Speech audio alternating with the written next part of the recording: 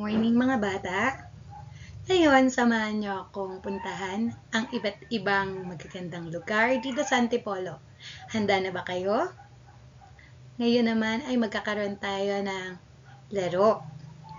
Mahilig ba kayo sa sorpresa? Yan, magaling.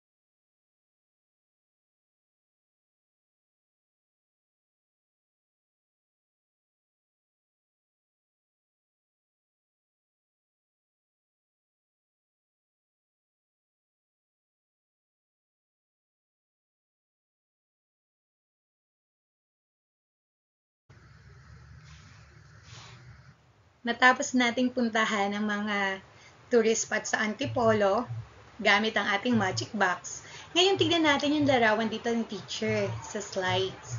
So, ano-ano nga uli yung mga napuntahan natin kanina? So, Hinulugan Taktak. Nakarating na ba kayo sa Hinulugan Taktak? Kung hindi pa, tara na sa Antipolo at bisitahin natin ang Hinulugan Taktak na talagang number 1 na pinagmamalaki ng Antipolo. Cloud9 dito sa makikita rin sa Antipolo Rizal. So yan yung Cloud9 natin. At syempre, hindi mawawala yung Pinto Art Museum. Makikita rin yan sa Antipolo. At kung mahilig kayo sa mga magagandang tanawin, yan sa David Summit naman. Yan, pinuntahan ko rin yan. At syempre sa Little Baguio ng Antipolo. Napaka-relaxing ng place na yan. Kaya kung hindi nyo pa nararating, puntahan ninyo, iyayin nyo sina Mama at Papa. Mga prominent personality sa Antipolo. Tingnan natin kung sino-sino sila. Yan. Diyan si Mayor Andrea at Mayor Junjun Inares.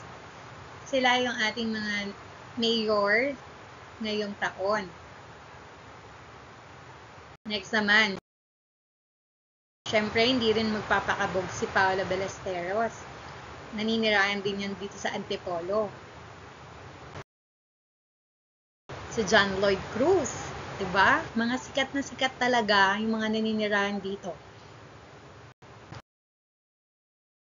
Julia Montes.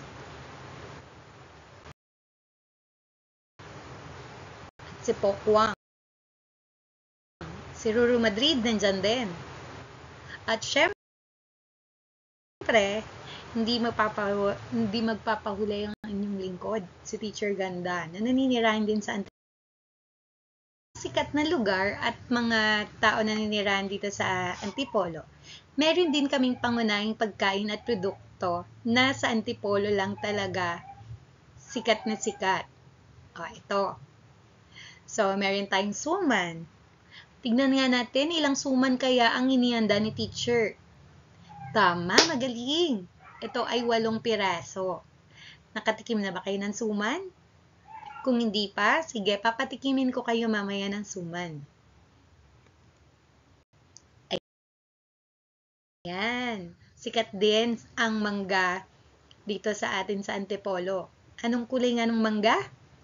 Tama! Ang uhusay nyo talaga, kulay dilaw. Ilan nga uli yung mangga natin? Bilangin nga natin. Sige, tuturo ni teacher ha. 1, 2, 3, 4. Tama! Sino kaya mas marami? Yung 4 na mangga o yung 8 suman? Magaling! Mas marami yung suman kesa sa mangga. Ang gagaling nyo talaga. Ano pa?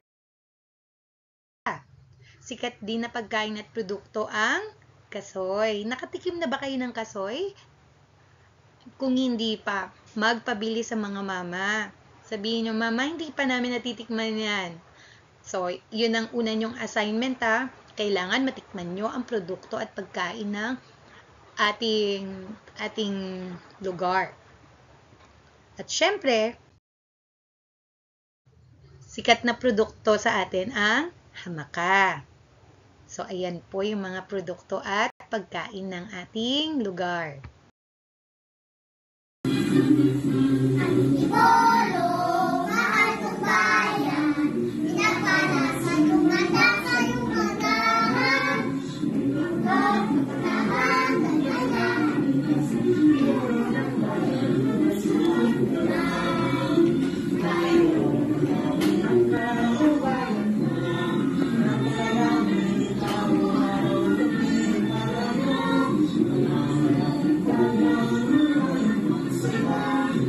Pilipinas,